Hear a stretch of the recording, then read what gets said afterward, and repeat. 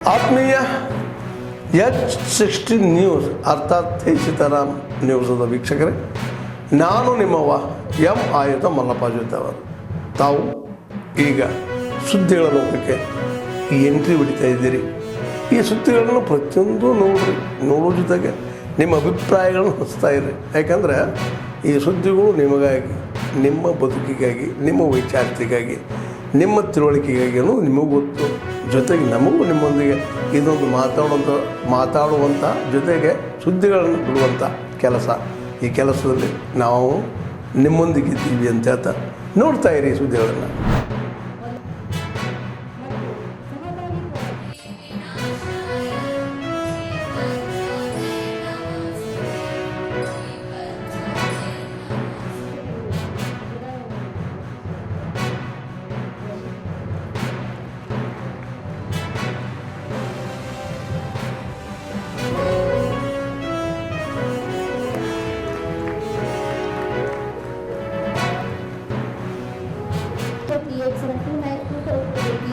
ಕನ್ನಡದಲ್ಲಿದ್ದು ರೇಷ್ಮೆ ಧಾರಕರಿಗೆ ಸ್ಥಳೀಯ ಭಾಷೆಯಲ್ಲಿ ಮಾರ್ಗದರ್ಶನ ನೀಡುತ್ತಿದೆ. From Karnataka, director of Excel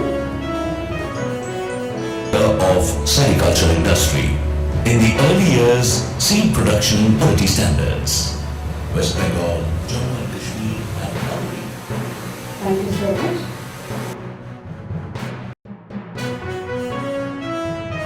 ಹೆಚ್ಚು ಜನಕ್ಕೆ ಉದ್ಯೋಗ ಸಿಗುತ್ತೆ ಮತ್ತು ಇನ್ಕಮ್ ಜಾಸ್ತಿ ಆಗುತ್ತೆ. ನಿಮ್ಮ ಪರ್ಚೇಸಿಂಗ್ ಕೆಪಾಸಿಟಿ ಜಾಸ್ತಿ ಆಗುತ್ತೆ. ನಿಮ್ಮ ವರ್ಕರ್ಸಿಗೆ ಪರ್ಚೇಸಿಂಗ್ ಕೆಪಾಸಿಟಿ ಜಾಸ್ತಿ ಆಗುತ್ತೆ. ಅವರ ಜೀವನ ಉದ್ಧಾರ ಆಗುತ್ತೆ. ಅದಕ್ಕಾಗಿ ಇದನ್ನು ಸಾಧನೆ ಮಾಡೋದಕ್ಕೆ 2047ಕ್ಕೆ ಇವತ್ತು ಸಿಲ್ಕ್ ಇಂಡಸ್ಟ್ರಿಯಲ್ಲಿ ಕೂಡ ನಾವು ಬೆಳಿಬೇಕಾದಂಥ ಅವಶ್ಯಕತೆ ಇದೆ. ನಮ್ಮ ದೇಶಕ್ಕೆ ಸುಮಾರು 25 ಕೋಟಿ ಸೀಡ್ಸ್ ಬೇಕು ಅನ್ನುವಂಥದ್ದನ್ನು ಶಿವಕುಮಾರ್ ಅವರು ಹೇಳ್ತಾ ಇದ್ರು. ಅಂದರೆ ಯೂನಿಟ್ ಬೇಕು ಅಂತ ಹೇಳ್ತಾ ಇದ್ರು. ಒಂದು ಯೂನಿಟ್ ಅಂದರೆ ನಿಮ್ಗೆ ಗೊತ್ತಿದೆ, ಯಾರು ರೈತರಿದ್ದೀರಿ ನಿಮ್ಗೆ ಗೊತ್ತಿದೆ, ಎಂಟರ್ಪ್ರನರ್ಸ್ ಇದ್ದೀರಿ ಗೊತ್ತಿದೆ. ಒಂದು ಹುಳದಲ್ಲಿ 40 ಮೊಟ್ಟೆ ಬರುತ್ತೆ. ಅಷ್ಟು ಯೂನಿಟ್ಗಳು ನಮಗೆ ಬೇಕು. ಕೇವಲ ಇಂಡಿಯಾದ ಇಂಡಸ್ಟ್ರಿಯಲ್ಲ, ಹೊರದೇಶಕ್ಕೆ ಕೂಡ ಸಿಲ್ಕ್ ವರ್ಮಿನ, ಸಿಲ್ಕ್ ಸೀಡಿನ ಇವತ್ತು ಡಿಮಾಂಡ್ ಇದೆ. ಅದಕ್ಕಾಗಿ ಈ ಡಿಮಾಂಡನ್ನು ಪೂರೈಕೆ ಮಾಡೋದಕ್ಕೆ ಸಿಲ್ಕ್ ಬೋರ್ಡು, ಕೇಂದ್ರ ಸರ್ಕಾರ, ರಾಜ್ಯ ಸರ್ಕಾರ ಮತ್ತು ರೈತರು, ಎಂಟರ್ಪ್ರನರ್ಸ್ ಎಲ್ಲ ಸೇರಿ ದುಡಿಬೇಕಾಗಿದೆ. ಅಂದರೆ ಇವತ್ತು quality of silk depends on quality of seeds. ಅದ್ರ ಬಗ್ಗೆ ಯಾವುದೇ ಅನುಮಾನ ಇಲ್ಲ. ಕ್ವಾಲಿಟಿ ಆಫ್ ಸೀಡ್ಸ್ ಇವತ್ತು ನಮ್ಮ NSSO ಏನಿದೆ, ಅವರು ಗುಣಮಟ್ಟದ ರೇಷ್ಮೆ ಹುಳುವಿನ ಬೀಜವನ್ನು ಕೊಡ್ತಾ ಇದ್ದಾರೆ. ಅದಕ್ಕೋಸ್ಕರ ಇವತ್ತು ಸುವರ್ಣ ಮಹೋತ್ಸವವನ್ನು ನಾವು ಆಚರಣೆ ಮಾಡ್ತಾ ಇದ್ದೇವೆ. ಈ ಸುವರ್ಣ ಮಹೋತ್ಸವದ ಈ ಪ್ರಯಾಣದಲ್ಲಿ ಯಾರ್ಯಾರು ಕೊಡುಗೆ ಕೊಟ್ಟಿದ್ದಾರೆ ಅವರನ್ನೆಲ್ಲರನ್ನೂ ನೆನೆಯುವಂಥ ದಿನ, ಅವರೆಲ್ಲರನ್ನೂ ಅಭಿನಂದಿಸುವಂಥ ದಿನ ಅಂತ ನಾನು ಹೇಳಬೇಕಾಗುತ್ತೆ. Now there's no time sir. Now our slogan is sir, seed to science, science to sustainable skill, skill to sustainability and society. The seed sector is a circular economy. We are giving the support to farmers. We are supporting the building the environment. We are taking some kind of action for that. Then automatically since a circular economy, whatever waste coming, we are making the waste to wealth also. In that way, our organization taking the tackle of the seed to science, science to sustainability, science and society. To deliver.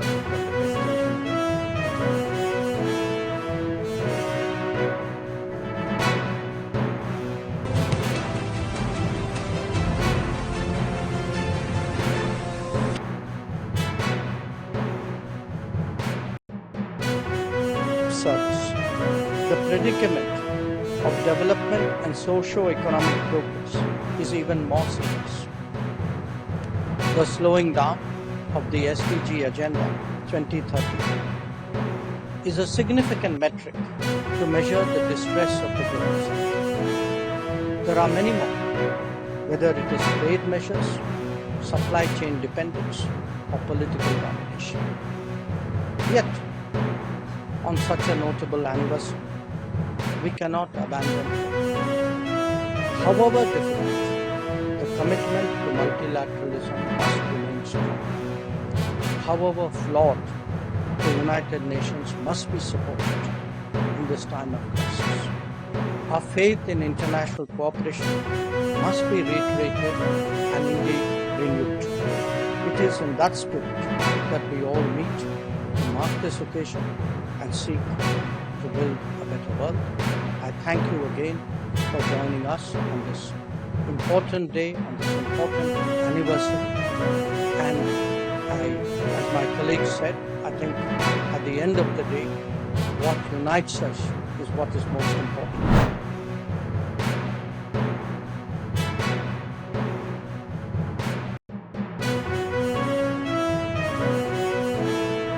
A great contribution to social transformation and nation building.